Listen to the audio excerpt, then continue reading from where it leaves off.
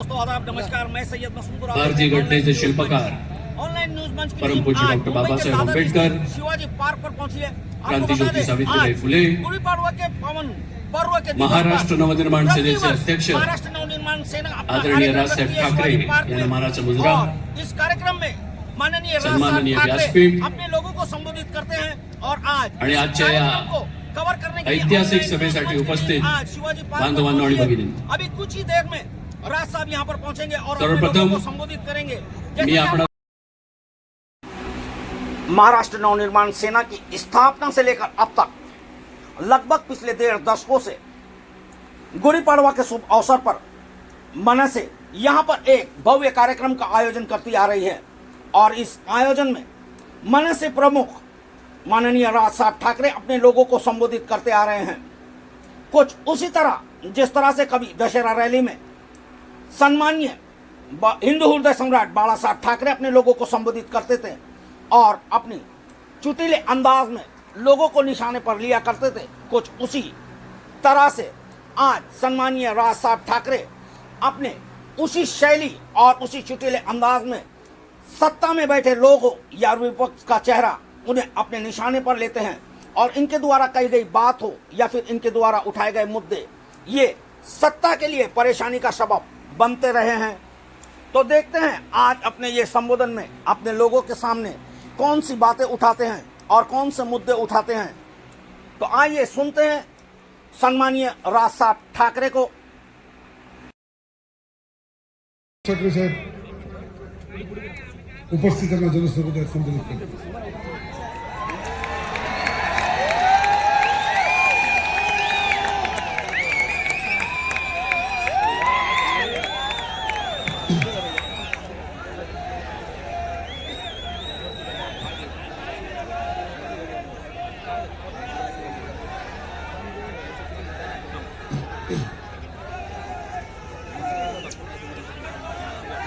जमलेल्या माझ्या सर्व तमाम हिंदू बांधवांनो, भगिनींनो आणि मातांनो,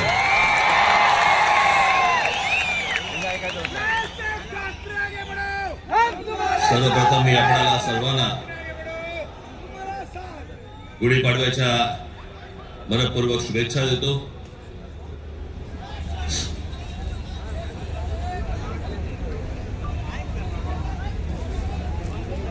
हा म्हणे हरलेला पक्ष,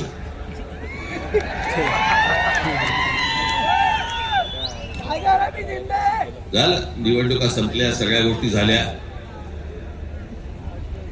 पण आज गेल्या निवडणुकीमध्ये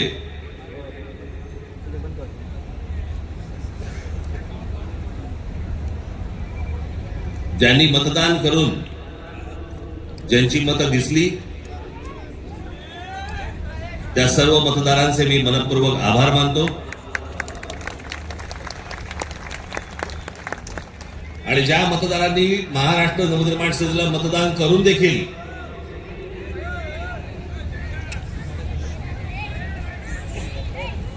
इलेक्ट्रॉनिक मशीन मध्ये ज्यांची मतं दिसली नाहीत त्यांचेही मी आभार मानतो।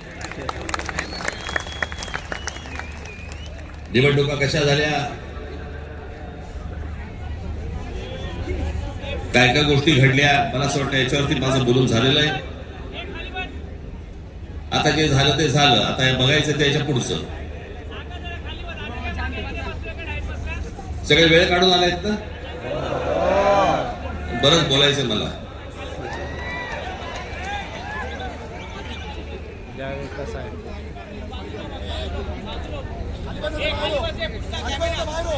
अनेक विषय निवडणुका झाल्यानंतर अनेक विषय झाले, अनेक विषय बोलले गेले।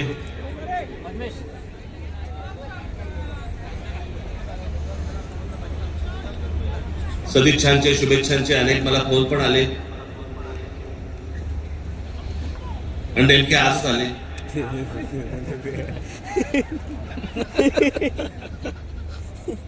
आज का आले याचे अर्थ मला समजतात, जरा जपून।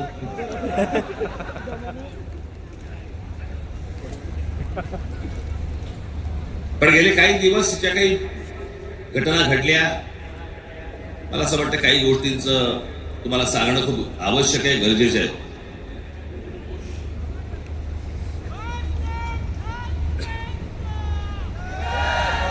त्याचा पहिला विषय म्हणजे कुंभमेळा. मी त्याशी म्हटल्याप्रमाणे ते आमच्या बाळानंदगावकरांनी पाणी आणलं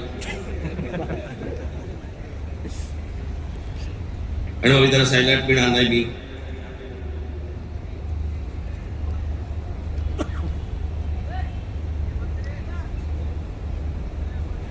मग नव्याने वारा शिरलेल्या काही हिंदुत्ववाद्यांना असं वाटलं अरे मी कुंभमेळाचा अपमान केला. मूर्ख आहात का?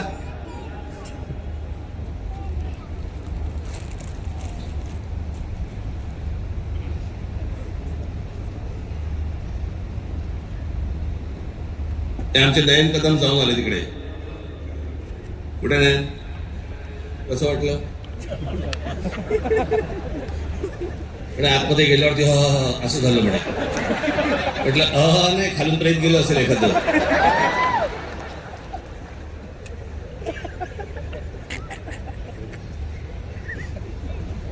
आपल्या देशामधल्या नद्यांची जी अत्यंत भीषण अवस्था आहे, ज्याला आपण माता म्हणतो, नदीला देवी म्हणतो, त्या नद्यांकडे आपल्या राज्यकर्त्यांचा आज नाही, आजचे राज्यकर्ते नाही, गेल्या अनेक वर्षांपासूनचे, मला आजही आठवतंय, गंगा साफ करावी असं पहिलं बोलणारी जे कोणी व्यक्ती मला आठवते मला राजकारणातली, ती म्हणजे स्वर्गीय राजीव गांधी. राजीव गांधी ज्यावेळेला पंतप्रधान झाले त्यावेळेला त्यांनी गंगा साफ करण्याचं काम सुरू केलं.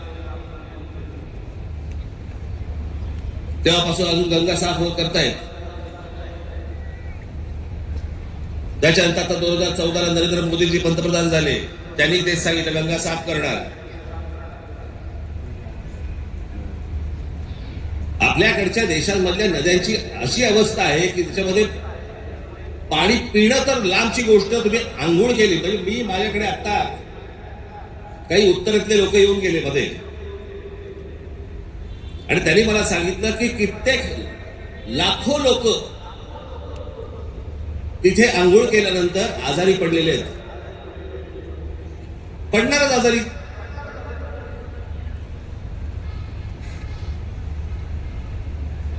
त्या गंगेवरची काय परिस्थिती आहे? प्रश्न हा गंगेच्या अपमानाचा नाहीये, प्रश्न हा कुंभमेळ्याच्या अपमानाचा नाहीये, पाण्याच्या स्थितीचा आहे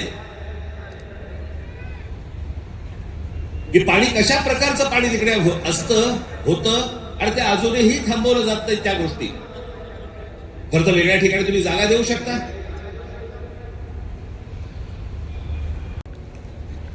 ही गंगेची परिस्थिती आहे. आतापर्यंत 33,000 कोटी रुपये खर्च झाले त्याच्यावर. तुम्ही आता तो महंत बघितला ज्याला बोटीतनं तसल्या तसाच टाकून दिला.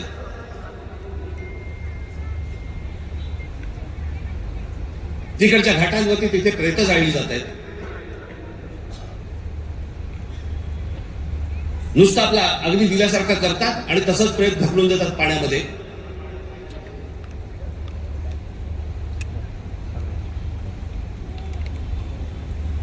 हा कोणता धर्म?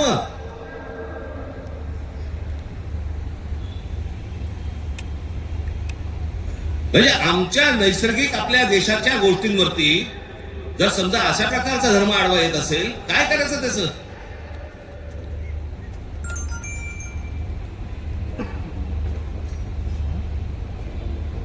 आपल्या गोष्टींमध्ये आपण सुधारणा नको का करायला?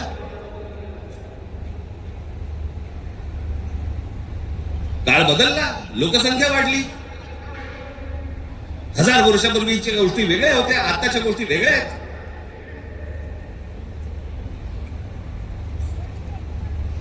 हे सगळे विधी हटवण्यासाठी म्हणून त्याच इथे वेगळ्या एका घाटावरती एखादी जागा करता येत नाही का? मग काय सांगतात लोक? ऐकत नाहीत. ऐकत कसे नाहीत? दारू पिऊन गाडी चालवल्यावरती पोलीस पकडतात. हे समजल्यावरती लोक टॅक्सीने जायला लागले की ते पिऊन झाली की नाही सुधारणा?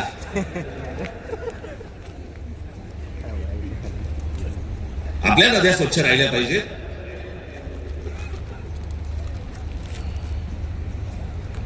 या सगळ्या नद्यांवरचे जे काही मधले मधले भाग आहेत इतके गलिच्छ आहेत, इतके गलिच्छ.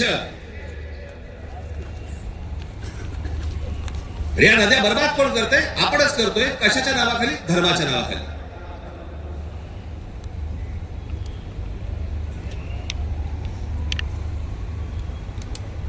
प्रत्येकाला आपापला धर्म प्यारा असतो. प्रत्येकाने आपापल्या धर्मामध्ये सुधारणा केल्या पाहिजेत. ज्या वेळेला हे गंगेवरचं ज्यावेळेला मी पाहत होतो सगळ्या गोष्टी, मला कळेना हे कसं काय चाललंय.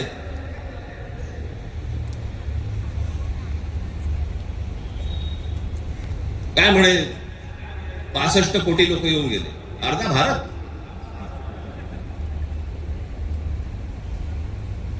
चला त्यातले आपण 5 लाख आपण पकडूया, व्हीव्हीआयपी आणि व्हीव्हीआयपी. बाकीचे काठावरच बसले असतील खो खो खेळायला. बरोबर की नाही?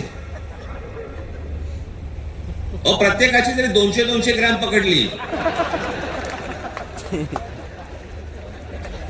चीनची भिंत बांधता आली असते आपल्याला.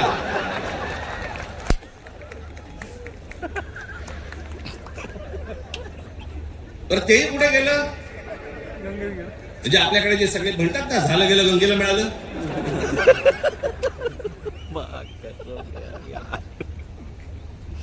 महाराष्ट्रामधली देखील आज नद्यांची परिस्थिती हेच. आमच्या कोकणामधली सावित्री नदी घ्या, सगळं केमिकलने भरली आहे. मी आता आणलंय इथे तुमच्यासाठी.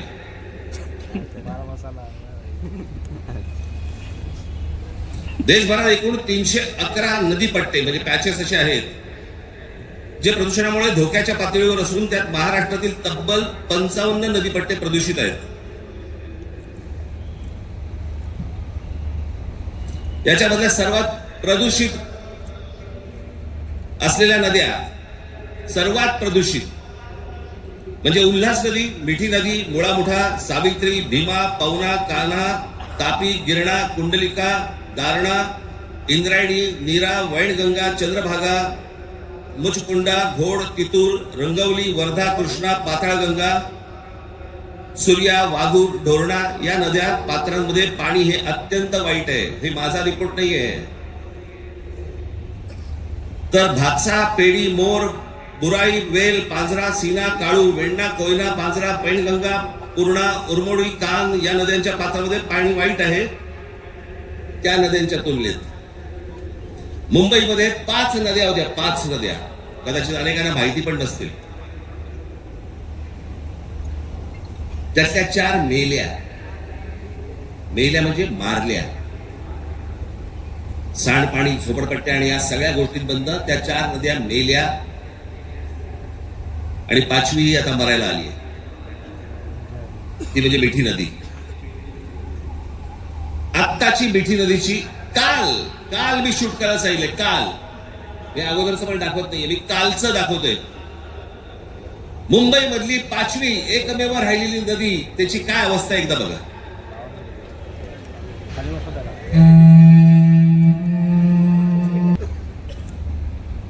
जोपर्यंत आजूबाजूची वस्ती हटत नाही तोपर्यंत या नद्या कधीही साफ होणार नाहीत. आपल्या सगळ्या नद्यांमध्ये सगळीकडे केमिकल्स भरलेली आहेत. का? आमचं पोल्युशन कंट्रोल बोर्ड काय करतं? उद्योगधंद्यांना प्रोत्साहन, कारण उद्योगपती ह्यांना प्रोत्साहन देतात.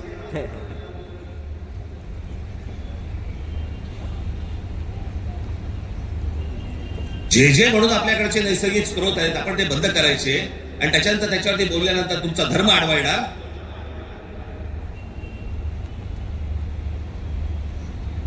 धर्माच्या गोष्टी तर मला तर कोणी सांगू पण नाहीत या लोकांनी. काही गोष्टी आपण आपल्यात सुधारल्या पाहिजेत.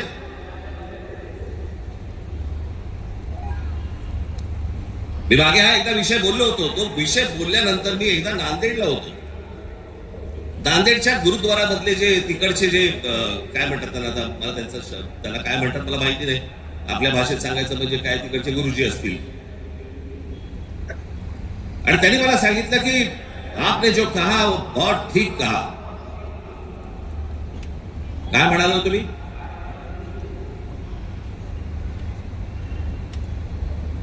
आमच्याकडे महानगरपालिका, जिल्हा परिषदा, ग्रामपंचायती, देशभर सगळ्या ठिकाणी आमच्याकडे काय भिंती रंगवल्या जातात, बोर्ड लावले जातात, झाडं जगवा, झाडं वाचवा.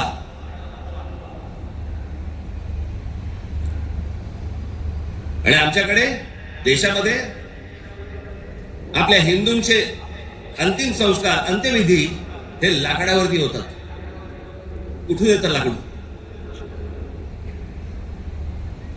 लाकूड येणार कुठून? या देशातली जंगलतोड झाल्याशिवाय लाकूड येणारच नाही.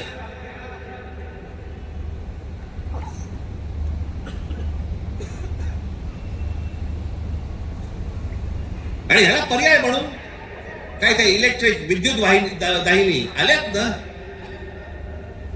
काही जण असतात कर्मठ, नाही विद्युत दाहिनी नाही, आमच्या परंपरेनुसार.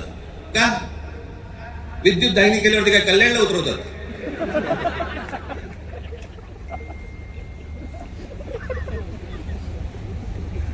देशभर विद्युत दाहिन्या झाल्या पाहिजेत. त्या विद्युत दाहिन्या झाल्या तर लाकूड लागणार नाही, लाकूड लागणार नाही, मग जंगल राहतील. आमचे पंतप्रधान नरेंद्र मोदी मागे एकदा जंगलात गेले होते फिरायला, कोणतरी एका परदेशी माणसाबरोबर. म्हणजे आमच्या पंतप्रधानांना जंगलांची आवड आहे.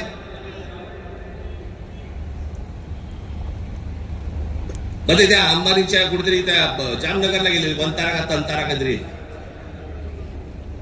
म्हणजे त्याला प्राण्यांची आवड आहे. मग प्राण्यांची आवड असेल तर जंगल जगवली पाहिजे. जंगल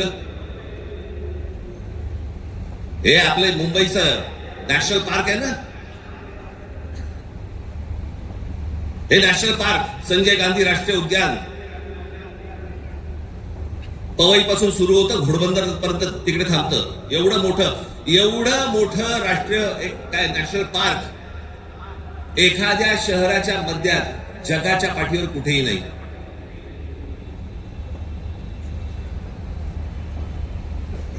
आपण आमचे मूळ विषयच आपण विसरलेलो आहोत.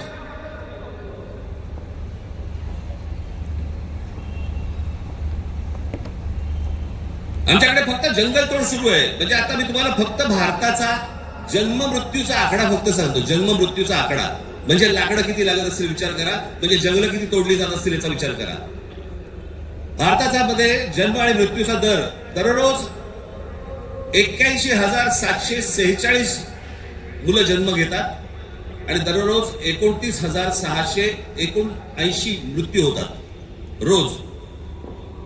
दररोज साधारणपणे 50,000 लोकसंख्या वाढत आहे.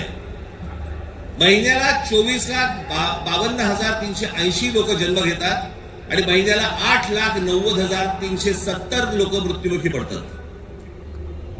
वर्षाला 2,94,28,560 जण जन्म घेतात आणि वर्षाला 1,06,84,440 जण मृत्युमुखी पडतात.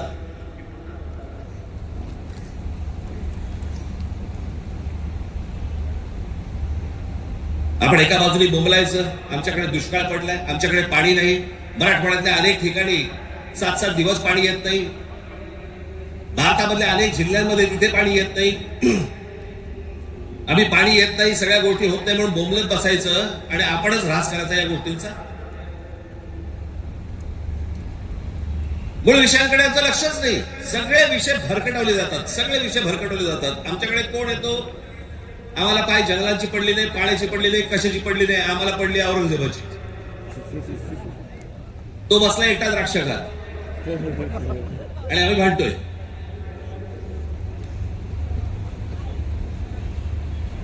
औरंगजेबाची कबर राहिली पाहिजे का उडवली पाहिजे?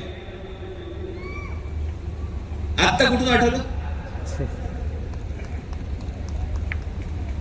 चित्रपटाने जागे होणारे हिंदू काही कामाचे नाही.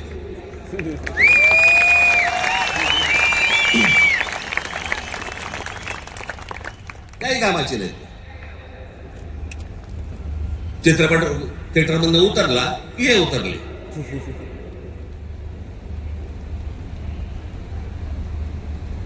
छत्रपती संभाजी महाराजांचं बलिदान तुम्हाला आता कळलं विकी कौशल मेल्यावर?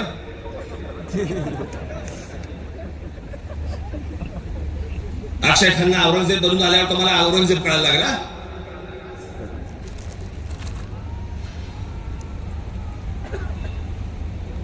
व्हॉट्सअप वरती इतिहास नाही वाचतायत. इतिहास वाचायचा असेल त्याच्यामध्ये पुस्तकामध्ये डोकं घालायला लागेल तुम्हाला.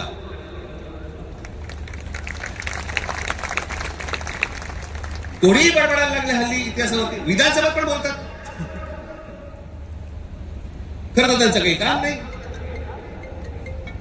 औरंगजेबावरती बोलतायत. माहिती तरी का औरंगजेब काय प्रकरण होतं? हे बाहेरून आलेले सगळे लोक, औरंगजेबाचा जन्म गुजरात मधला, दाहोद नावाच्या गावामधला औरंगजेबाचा जन्म. आणि मग काय सोपं आहे इतिहासामधलं तुम्हाला जातीपातीमध्ये भिडवून द्यायला. याला ब्राह्मणांनी साथ दिली, याला मराठ्यांनी साथ दिली, पण तिकडे मराठी नव्हतेच. मग हे सगळं चोरून ब्राह्मणांनी केलं. हे सगळ्या बोलणाऱ्यांचा इतिहासाशी काही संबंध नाहीये. त्यांना फक्त राजकीय त्यांचं जे काही पोळी भाजून घ्यायची आहे तेवढंच फक्त काम आहे त्यांचं. त्यांना ना संभाजी महाराजांशी काही कर्तव्य आहे, ना औरंगजेबाशी काही कर्तव्य, ना कोणाशी काही कर्तव्य आहे. तुमची माती फक्त भडकवायची.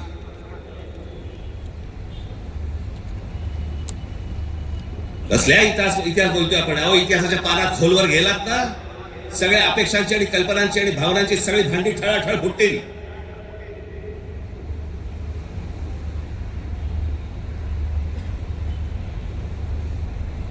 या हिंद प्रांतामध्ये एक अत्यंत कडवट, एक प्रभावी असं एक स्वप्न ज्या व्यक्तीला पडलं त्या आमच्या जिजाऊ साहेब.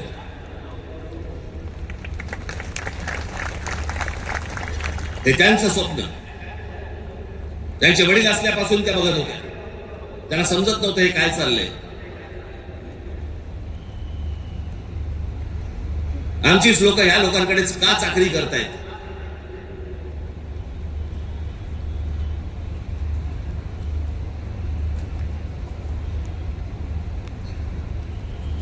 आणि छत्रपती शिवाजी महाराज म्हणजे या हिंद प्रांतावरती केलेला एक संस्कार आहे. तो एक चमत्कार आहे. ती एक विलक्षण घटना आहे.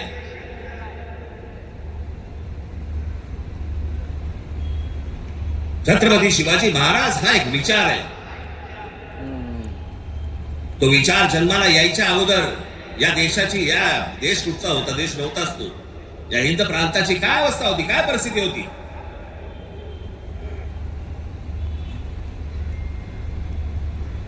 सर्व जातीचे लोक कोणाला कोणाच्याकडे होतेच ना कामाला. दूर कशाला जा? छत्रपती शिवाजी महाराजांचे वडील हे आदिलशाहीतच होते ना.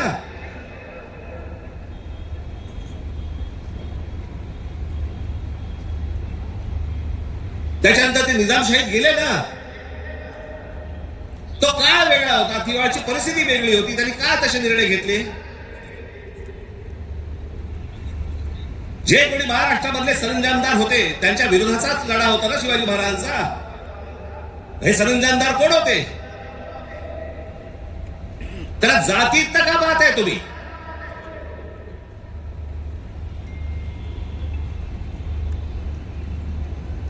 अफजल खानाचा वकील हा कोणी कुलकर्णी नावाचा होता, ब्राह्मण होता. अफजल खानाची बोलणी करायला गेलेला छत्रपती शिवाजी महाराजांचा वकील देखील ब्राह्मणच होता.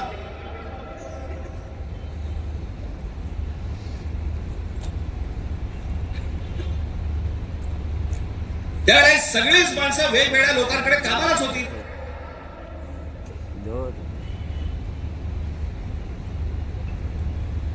इतिहासातली प्रत्येक गोष्ट काही कागदावरती लिहिलेली नाहीये. त्या वेळेला त्या परिस्थितीत काय निर्णय घेतले असतील आपल्याला काय माहिती? 300-400 वर्षापूर्वीचा इतिहास, त्याच्यावरती आम्ही आज म्हणतो जाती.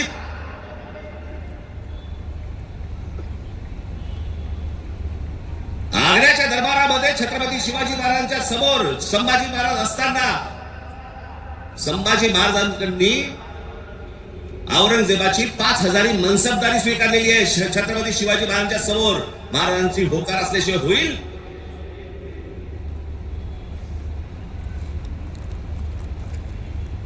पण आता दरबारात अडकलोय, स्वीकारण्याशिवाय पर्याय नाही. आता स्वीकारू, नंतरच नंतर बघू. राजकारण असतं नाही, परिस्थिती काय, त्या परिस्थितीमध्ये कोणते निर्णय घ्यावे लागतात, काय परिस्थिती असते, आपण पाहणार आहोत का नाही, कशा अंगाने इतिहास पाहायचा असतो हे आपण कधी बघणार आहोत की नाही.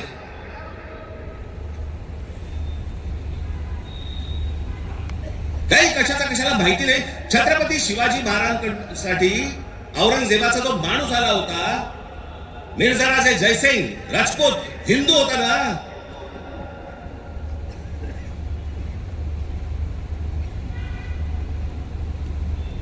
ज्या सिंहगडावरती आमच्या तानाजी मालुसरेंचा आज तिथे मृत्यू झाला, ते कोणाबरोबर लढाई झाला? उदयभान राठोड बरोबर ना, राजपूत होता ना, हिंदू होता ना. काय घेऊन बसलोय आपण?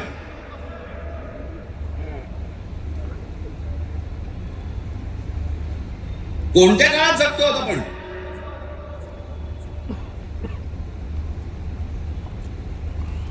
छत्रपती शिवाजी महाराजांच्या जन्माच्या अगोदरचा काळ वेगळा होता, नंतरचा काळ वेगळा आहे.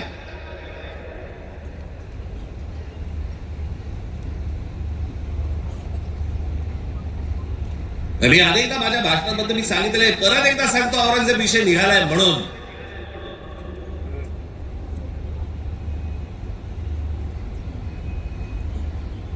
औरंगजेब बादशाह त्याचं राज्य कुठपासून कुठपर्यंत होतं? अफगाणिस्तान पासून दक्षिणेपर्यंत आणि इथे बंगालपर्यंत.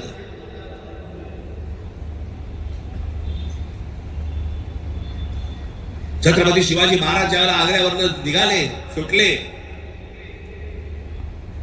महाराष्ट्र जेव्हा आले, त्याच्यानंतर राज्याभिषेक झाला 74 साली आणि 1680 साली महाराजांचा मृत्यू झाला, निधन झालं त्यांचं. त्या दरम्यान औरंगजेबाचा एक पुत्र, मुलगा, महाराज गेल्यानंतर दक्षिणेत आलाय आणि औरंगजेबाच्या मुलाला शह म्हणजे राहायला जागा बरोबर घेतलं. हे संभाजीराजांनी घेतलंय. तो तिथून पळून आलाय. वाचा जरा इतिहास, वाचा जरा. औरंगजेब ज्या वेळेला आग्र्यावरून निघालाय, महाराज गेले 1680 साली आणि औरंगजेब महाराष्ट्रामध्ये पोहोचलाय 1681 साली. 1681 ते 1707, 27 वर्ष तो महाराष्ट्रात लढत होता.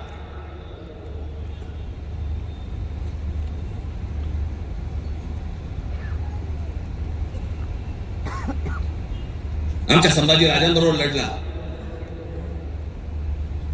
त्याला क्रूर पद्धतीने मारलं. राजाराम महाराज लढले, संताजी धनाजी लढले आणि आमच्या तारा राणी साहेब लढल्या.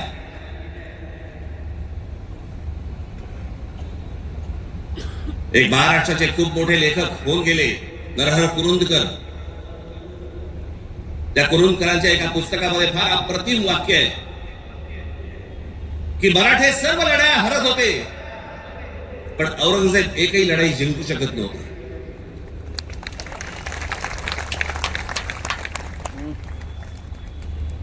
याचं कारण छत्रपती शिवाजी महाराजांचं निधन झाल्यावरती खरं तर औरंगजेबाने परत जायला पाहिजे होता आग्र्याला. नाही, तो इथे का थांबला? एवढा मोठ्या बलाढ्य प्रदेशाचा राजा, शहनशाह, एका 2.5, 3, 3.5, 4 जिल्ह्याच्या एका राजासाठी इथे ठाण मांडून का बसला?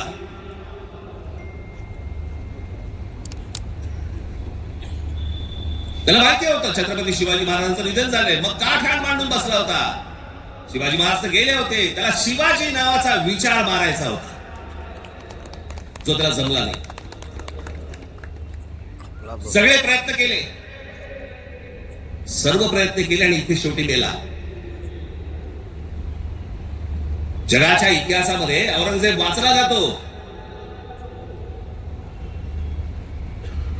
अभ्यास केला जातो त्याचा, पण ज्या वेळेला त्याचा अभ्यास केला जातो त्यावेळेला जगभरातल्या लोकांना कळतं की तो काय करायला गेला होता आणि कसा मेला.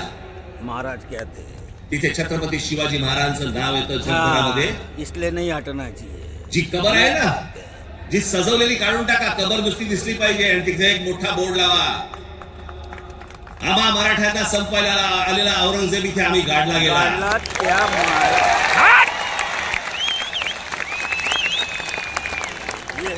हा आमचा इतिहास. छत्रपती शिवाजी महाराजांचा.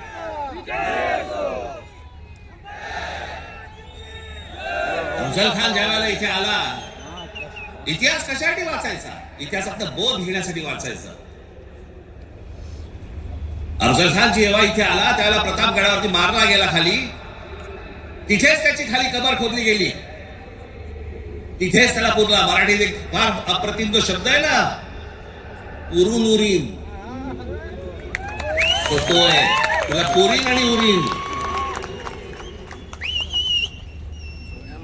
तो जो पुरला त्याला तिकडे अफजल खानाला, तो शिवाजी महाराजांच्या होकाराशिवाय पुरला नसेल.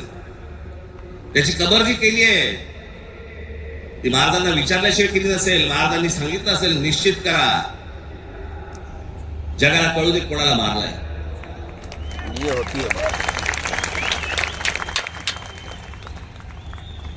आपण ज्या मराठ्यांनी महाराष्ट्राने ज्याला ज्याला गाडले त्यांची प्रतीक नेस्तनाबूत करून चालणार नाही, ती जगाला दाखवली पाहिजे आम्ही यांना गाडलंय.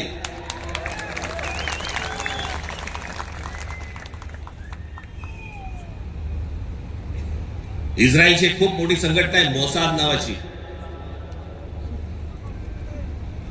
त्याचं एक पुस्तक आहे. त्या पुस्तकामध्ये एक ओळ फार अप्रतिम ओळ आहे. त्याच्यात त्यांनी दिलंय की आम्ही अनेक स्मारकं बांधली इथे इस्रायलमध्ये, पण अनेक लोकांची आम्ही स्मारकं बांधली नाहीत. का?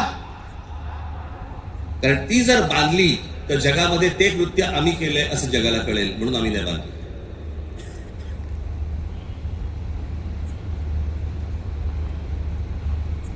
असा विचार ते करतात. आणि आम्ही कोणाला गाडले हे आम्ही जगाला दाखवायचं नाही. खरं तर शाळेतल्या लहान लहान मुलांच्या तिकडे ट्रिप घेऊन गेल्या पाहिजेत, बसेस भरून घेऊन गेल्या पाहिजेत आणि लहान मुलांना सांगितलं पाहिजे, बाळांनो महाराजांनी याला गाडला, हा आपल्यावर आला होता, हा आपल्या धर्मावर उलटला होता, हा आमची मंदिरं पाडत होता, हा आमच्या बहिणीची आबरू लुटत होता, याला आम्ही गाडला. त्याच्या पुढच्या पिढ्यांना आम्ही काय इतिहास सांगणार आहोत?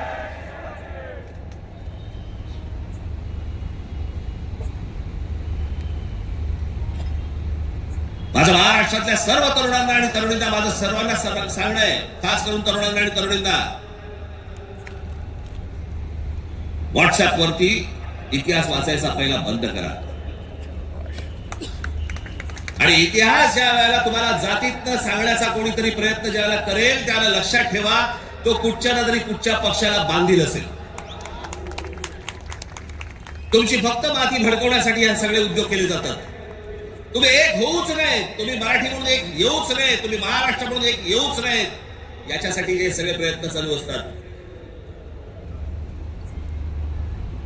मुळात विषय वेगळे असतात आणि मग विषय हे असले विषय काढून तुम्हाला भरकटवलं जातं, वेगळीकडे नेलं जातं आणि आम्ही तिकडे बघतो आणि बाकीचे इकडे काम आटपून घेतात. मधल्यामध्ये अडाणींना जमीन पण मिळून जाते.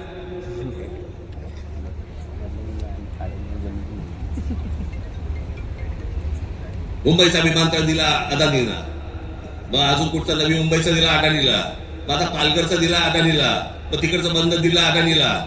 अदानी हुशार निघाला, आम्ही अडाणी निघालो.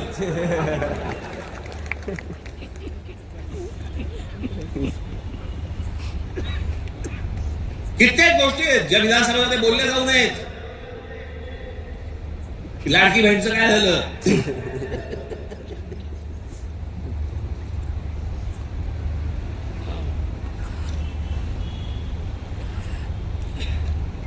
लाडकी बहीणचं काय झालं? काही नाही, बंद होणार ती योजना. मी निवडणुकीच्या वेळेला सांगत होतो, पण माझं खरं सांगून तुम्हाला पटलं नाही, त्यांचं खोटं सांगून पटलं. काय कमाल आहे.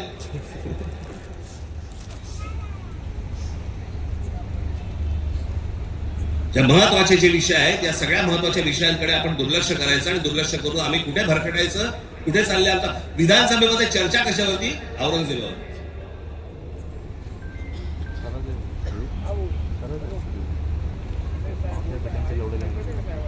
मी तुम्हाला मुद्दामून सांगतोय की तो तुर्कस्तान म्हणजे आताचा टर्की हा देश तलवारीच्या धारेवरती, धर्माच्या धारेवरती उभा राहिला.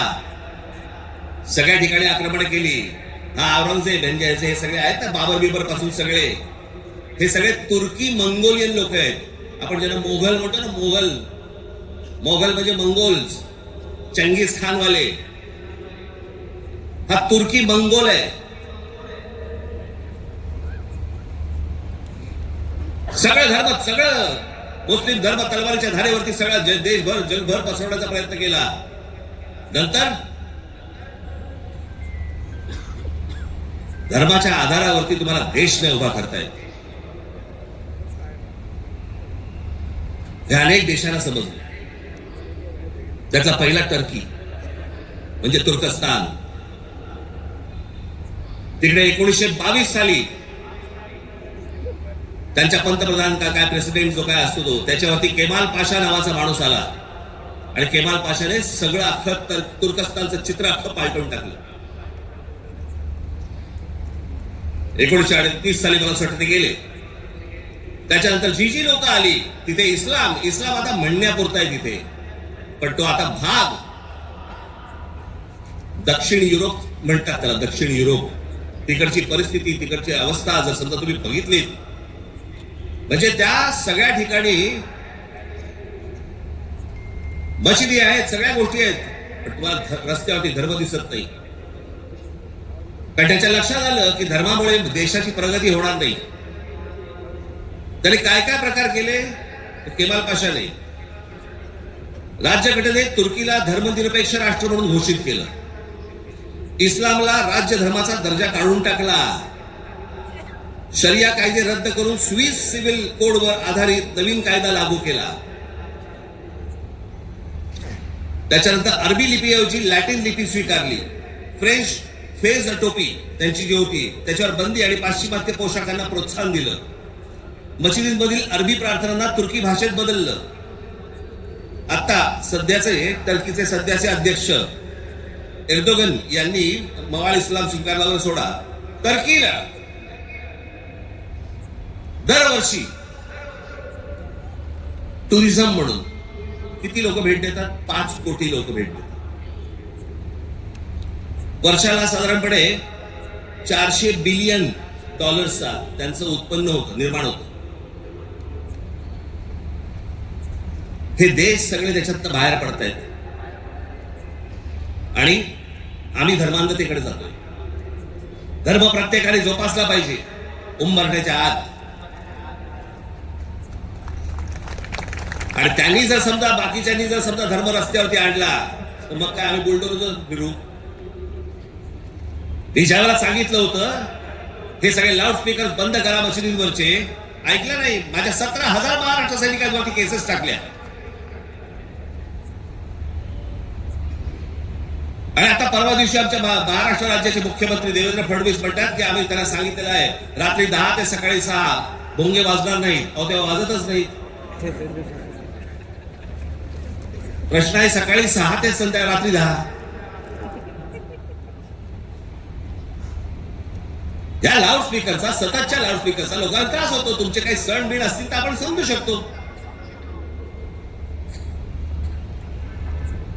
पण सरकार म्हणून कोणतंही पाऊल न उचललं. पाऊल कोणी उचललं? उत्तर प्रदेशने उचललं, योगींनी उचललं. त्यांनी सगळ्यावरचे लाऊडस्पीकर बंद केले. आपण इथे घोषणा केली, लाऊडस्पीकर त्यांनी बंद केले. आमच्या इकडे तसंच चालू आहे.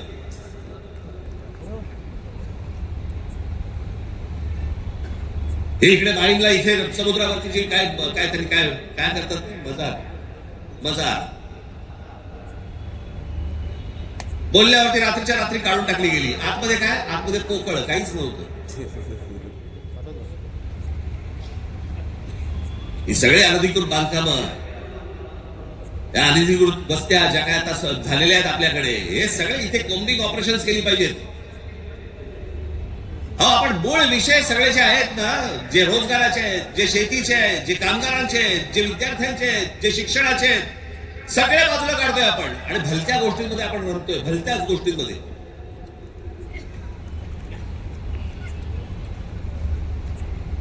आज त्या बीडला जे झालं,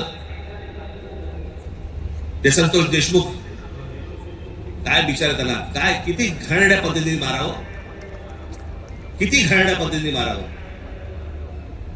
तर तुमच्या अंगामध्ये नसा एवढी क्रूरता भरलेली असेल ना, मी दाखवीन जागा, तिथे जा.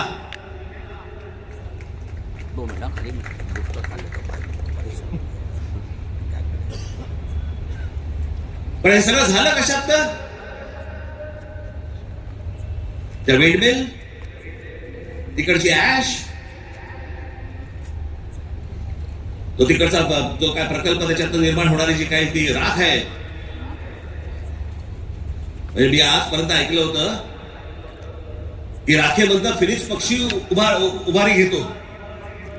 आमच्या बीडमध्ये राखेतनं गुंड तयार होतात.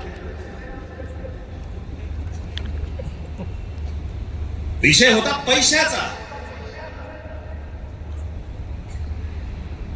जी काय वाल्मिक कराड आणि जी काय नावं येत आहेत त्यांची, हे सगळ्या खंडड्या.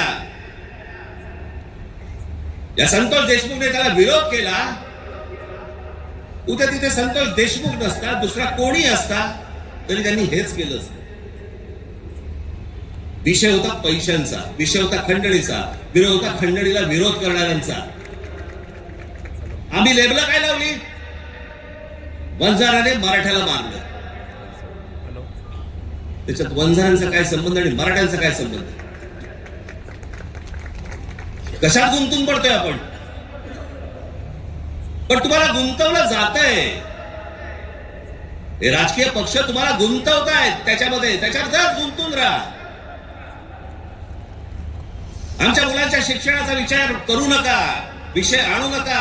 आमच्याकडे रोज शेतकरी आत्महत्या करतायत. आता दिवसाला 7 आत्महत्या होतात दिवसाला शेतकऱ्यांच्या. पाहू नका.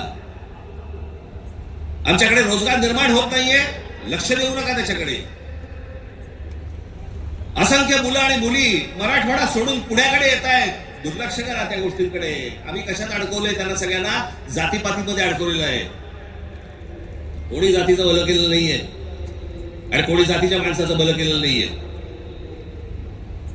या महाराष्ट्रामध्ये संयुक्त महाराष्ट्र झाल्यानंतर गेली इतकी वर्ष या महाराष्ट्राच्या सत्तेमध्ये जास्तीत जास्त आमदार आणि जास्तीत जास्त मंत्री आणि जास्तीत जास्त मुख्यमंत्री मराठा समाजाचे होते. मग मराठा समाजाला आरक्षण का मागावं लागतं? काय केलं या आमदारांनी आणि काय केलं या मंत्र्यांनी आणि काय केलं मुख्यमंत्र्यांनी? जर माझ्या मराठा समाजाला जर समजा आरक्षण मागायला लागत असेल, मग एवढे आमदार आजपर्यंत का निवडून दिले? एवढे खासदार आजपर्यंत का निवडून दिले? एवढे मुख्यमंत्री का झाले? एवढे मंत्री का झाले? मग या लोकांनी काय केलं? जात जातीला कधीच सांभाळत. हे फक्त निवडणुकांमध्ये फक्त तुमची मतं घेण्यासाठी म्हणून फक्त जातीचा वापर करतात. याच्यानंतर काही होणार नाही. निवडणुकीच्या तोंडावरती तुम्हाला सांगितलं होतं शेतकऱ्यांना कर्जमाफी करू म्हणून, सांगितलं होतं ना. काल अजित पवार बोलले 30 तारखेच्या आत पैसे भरून टाका, कर्जमाफी वगैरे काही होणार नाही. म्हणजे निवडणुकीच्या तोंडावरती तुम्ही वाटेल त्या गोष्टी बोलणार आणि निवडणूक संपल्यानंतर लोकांनी भाबडेपणाने मतदान केल्यानंतर तुम्ही आता ऐन मोक्यावरती बोलणार की पैसे भरून टाका म्हणून. अरे वा. महाराष्ट्रातल्या जनतेला मला हे विचारायचंय की इतक्या भाबडेपणाने तुम्ही मतदान करता तरी कसे? ही लाडकी बहीण योजना, या लाडक्या बहीण योजनेची आता काहीतरी 2100 कोटी काहीतरी करणार म्हणे. 2100 कोटी केलं तर साधारणपणे वर्षाला महाराष्ट्र सरकारवरती 63,000 कोटीचं कर्ज होईल.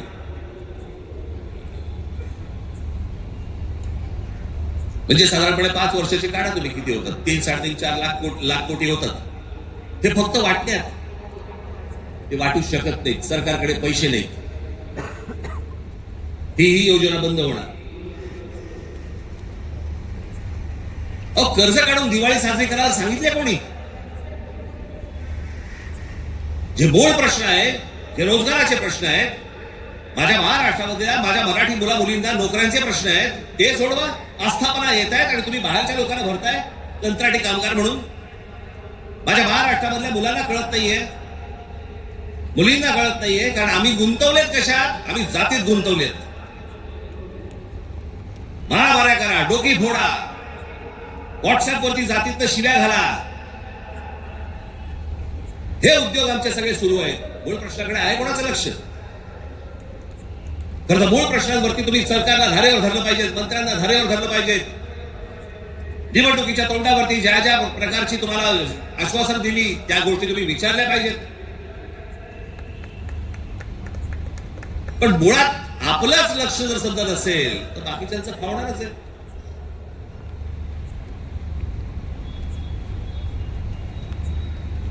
तुम्ही सगळे या जातीपातीचे सगळे भेद गाडून तुम्ही एक मराठी म्हणून उभे राहायला पाहिजे. बाकीच्या राज्यांमध्ये बघा, तामिळनाडू बघा, तामिळनाडूमध्ये हिंदी आणतायत, नाही म्हणून त्यांनी सांगितलं येऊ देणार नाही.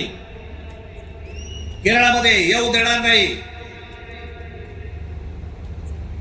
आम्हीच लोटांगण घालतोय. आम्हाला समजत नाही आम्ही काय करायचंय. मी इतका भांबावलेला मराठी माणूस आजपर्यंत कधी बघितलेला नाहीये. मी इतका राजकारणाचा झालेला चिखल देखील मी आजपर्यंत पाहिलेला नाहीये. कोणत्याच गोष्टींचं आम्हाला गांभीर्य उरलेलं नाहीये. सगळेजण त्या इंस्टाग्रामवरती चालू आहेत, कारण डान्स बार बंद झाले. तिकडे जे हे चालायचं ते सगळं मोबाईलवरती आलं. कशात गुंतून पडलेला आहात एकदा जर विचार करा. हे ज्या गोष्टी बोलतात, ज्या गोष्टी सांगतात, खरं तर माझं मत आहे, आता झाला, निवडणुका संपल्या, शिमगा झालेला आहे, होळी संपलेली आहे. तुमच्या साक्षीने सांगतो, माझं खरं तर देवेंद्र फडणवीस तुमच्या हातामध्ये एक चांगलं राज्य, सुसंस्कृत राज्य हातामध्ये आलेलं आहे. याच्याकडे नीट बघा. चांगल्या पद्धतीने मराठी माणसाकडे पाहणार असाल तर आमचा तुम्हाला पाठिंबा निश्चित राहील. प्रत्येक गोष्ट आमची ऐकून करा.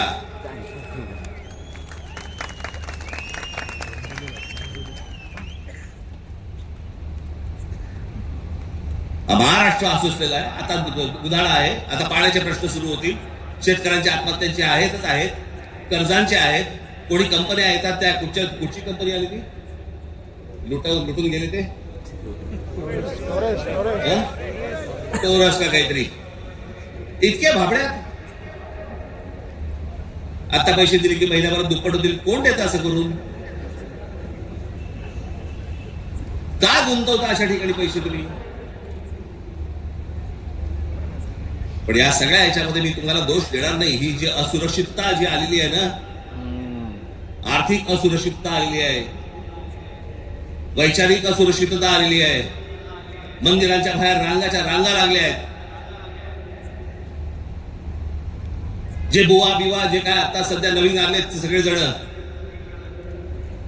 त्यांच्याकडे रांगा लागल्या आहेत. लोक भक्तीने जात आहेत, भावनेने जात आहेत, अडकून पडतायत. ठीक आहे, पण चांगल्या गोष्टीत तरी पडतायत.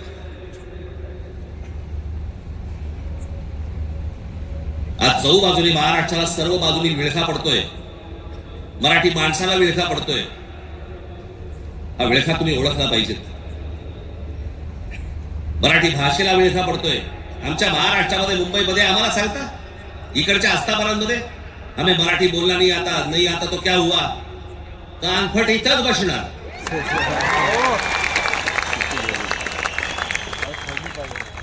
काल तो देश बीस सांगायचा नाही आम्हाला. प्रत्येक राज्याची एक राजभाषा आहे. त्या राजभाषेचा सन्मान हा प्रत्येक राज्यामध्ये राखला गेला पाहिजे. महाराष्ट्रामध्ये, मुंबईमध्ये मराठीचा मान हा राखला गेलाच पाहिजे प्रत्येक आस्थापनेत. त्या महाराष्ट्रामधल्या उद्यापासून तयारीला लागा. महाराष्ट्रातल्या प्रत्येक बँकेत मराठी वापरली जाते की नाही पहिलं चेक करा. प्रत्येक बँकेत, प्रत्येक आस्थापनेत. तुम्ही मराठी म्हणून सगळेजण कडवटपणे उभे राहायला पाहिजेत. या देशामधला हिंदू हा हिंदू तेव्हाच होतो जेव्हा मुसलमान रस्त्यावरती येतात. एरवी फक्त भक्तिभावाने असतात, पण हिंदूंमधला हिंदू जेव्हा जागृत होतो तो फक्त दंगलीमध्ये हिंदू असतो.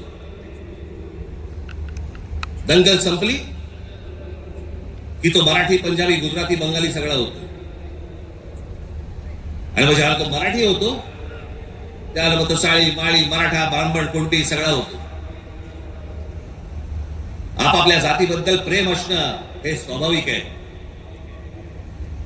पण दुसऱ्याच्या जातीबद्दल विद्वेष असणं, तिरस्कार असणं ही विकृती आहे.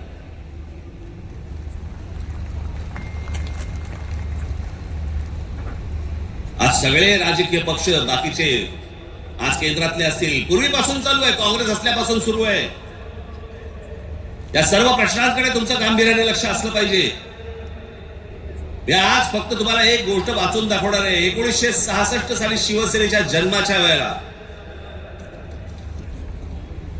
माझ्या आजोबांनी एक पुस्तक लिहिलं होतं.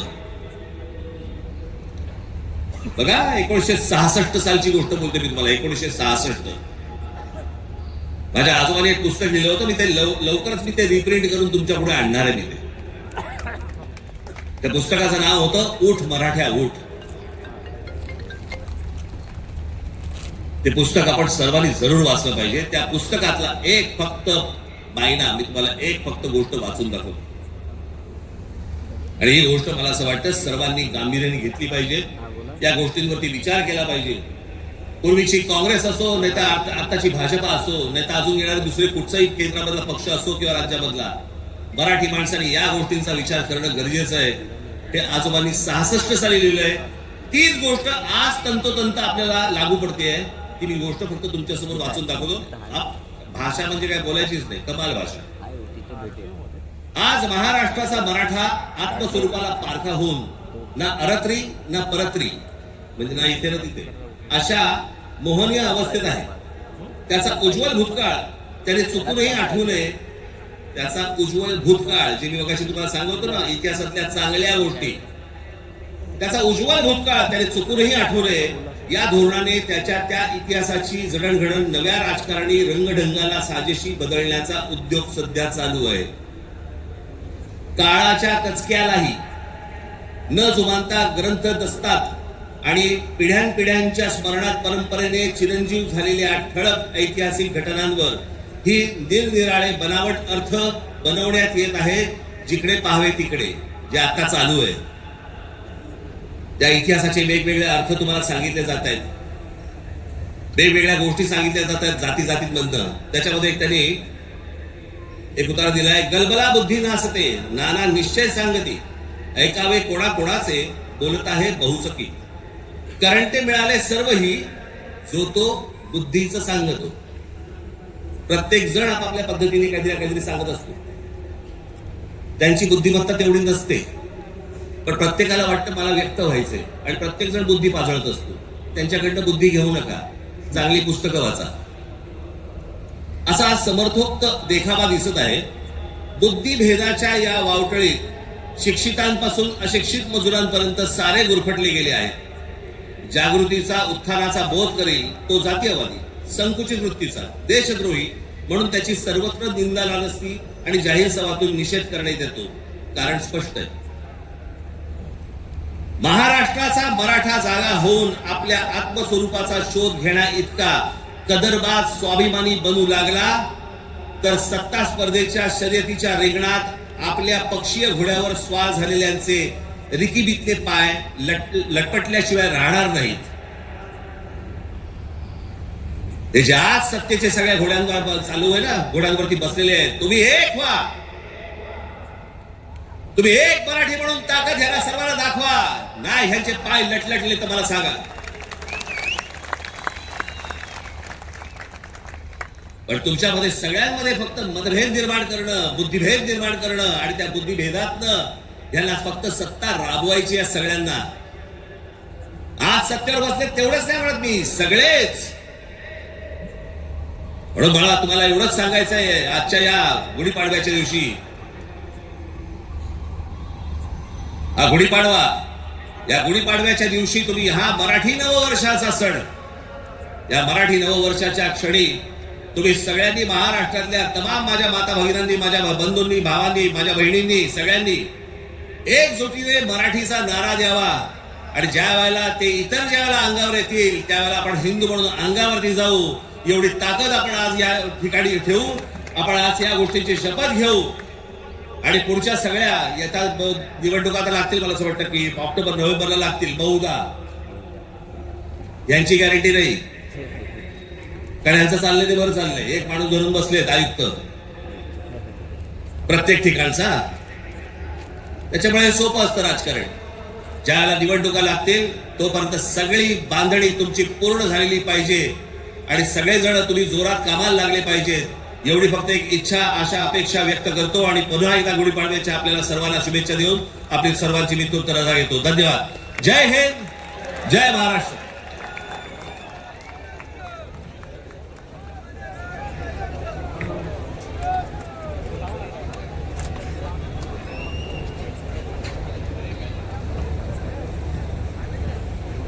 हे जे सगळं मी आजपर्यंत जे काही तुमचं प्रेम मला जे मिळालेलं आहे त्या प्रेमावरती आधारित आजपर्यंत ही जी सगळी घोडदौड सुरू आहे,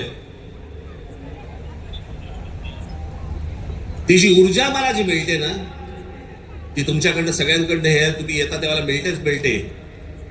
पण आपला एक महाराष्ट्र सैनिक नगर जिल्ह्यातला कोल्हापूरला अंबा मातेचं दर्शन घेऊन तिथून तो आजच्या सभेसाठी पायी पायी कोल्हापूरवरनं इथे आलेला आहे. मी ते प्रमोद आरणे, कुठे गेला, इकडे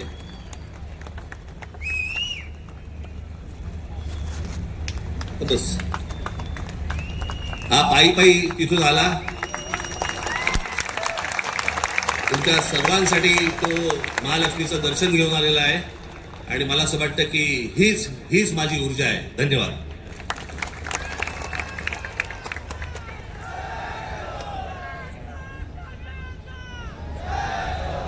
कृपया महाराष्ट्र गीत आणि राष्ट्रगीतासाठी सगळे चांगलं.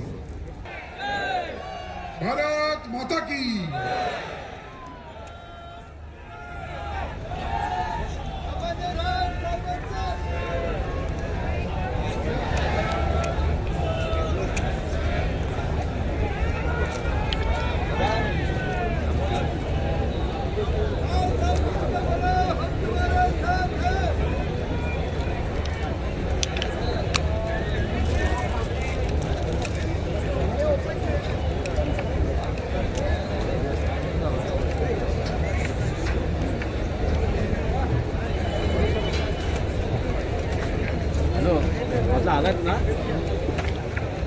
आलात ना मुंबईला.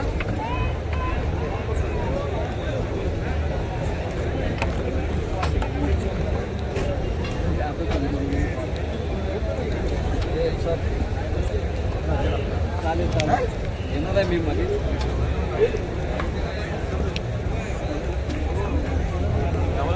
अरे खरं होता, बोलला नाही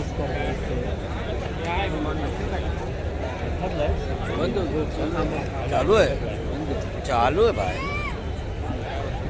चाललंय. आम्ही चालेल चालेल, हो पप्पावर नंबर हे ना माझा, बरोबर तू बोललास. पप्पा बोलले ना मला, कॉन्टॅक्ट नाही पप्पा. इनका नंबर ले लेना, 6600 मिस कॉल दे ना मला. कधी जॉईन केलं